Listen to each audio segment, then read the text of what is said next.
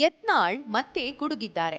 ಆದ್ರೆ ಈ ಸಲ ಅವರ ಟಾರ್ಗೆಟ್ ಬಿಜೆಪಿಯಲ್ಲ, ಸಿದ್ದರಾಮಯ್ಯನವರ ಕಾಂಗ್ರೆಸ್ ಸರ್ಕಾರ ಅನ್ನೋದು ವಿಶೇಷ. ವಿಷಯ ವಕ್ಫ್ ಆಸ್ತಿಗಳಿಗೆ ಕಾಂಪೌಂಡ್ ಕಟ್ಸಿ ಬಂದೋಬಸ್ತ್ ಮಾಡೋದು. ಬರ ಮ್ಯಾನೇಜ್ ಮಾಡೋಕ್ಕಾಗ್ತಿಲ್ಲ, ಅಭಿವೃದ್ಧಿ ಕೆಲಸಗಳಿಗೆ ಅನುದಾನ ಕೊಡೋಕ್ಕಾಗಲ್ಲ, ಸೆಂಟ್ರಲ್ ಗವರ್ನಮೆಂಟ್ ದುಡ್ಡು ಕೊಟ್ಟಿಲ್ಲ ಅಂತೆಲ್ಲ ದಿನಬೆಳಗಾದ್ರೆ ಕೊರಗೋ ಸಿದ್ದರಾಮಯ್ಯನವರು ಮನಸೋ ಇಚ್ಛೆ ಕ್ಯಾಬಿನೆಟ್ ರ್ಯಾಂಕ್ಗಳನ್ನ ಕೊಡ್ತಾ ಇರೋದು, ಎಲ್ರಿಗೂ ಕಾರುಬಾರು ದಯಪಾಲಿಸ್ತಿರೋದು, ಇವೆಲ್ಲ ಈಗಾಗಲೇ ಸುದ್ದಿಲಿವೆ. ಬಸವನಗೌಡ ಯತ್ನಾಳ್ರವರು ಈಗ ಗುಡುಗಿರೋದು ವಕ್ಫ್ ವಿಷಯಕ್ಕೆ.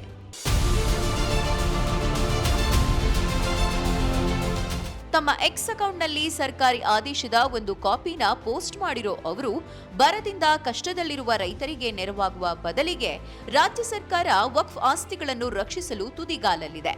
ಸರ್ಕಾರದ ಆದ್ಯತೆಗಳೇನು ಎಂದು ಇದರಿಂದ ತಿಳಿಯುತ್ತೆ. ರಾಜ್ಯ ಸಂಕಷ್ಟವನ್ನು ಎದುರಿಸುತ್ತಿರುವಾಗ ವಕ್ಫ್ ಆಸ್ತಿ ಸಂರಕ್ಷಣೆ ಮಾಡಲು ಏನು ಆತುರ? ಇದು ತುಷ್ಟೀಕರಣ ರಾಜಕಾರಣವಲ್ಲದೆ ಮತ್ತಿನ್ನೇನು ಅಂತ ಕೇಳಿದ್ದಾರೆ.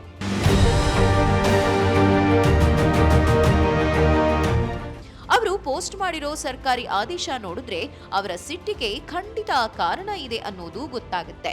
ಯಾಕಂದ್ರೆ ಸರ್ಕಾರ ಮಂಜೂರು ಮಾಡಿರೋ ಮೊತ್ತ ಸಣ್ಣದೇನಲ್ಲ, ಸುಮಾರು 32 ಕೋಟಿ ರೂಪಾಯಿ.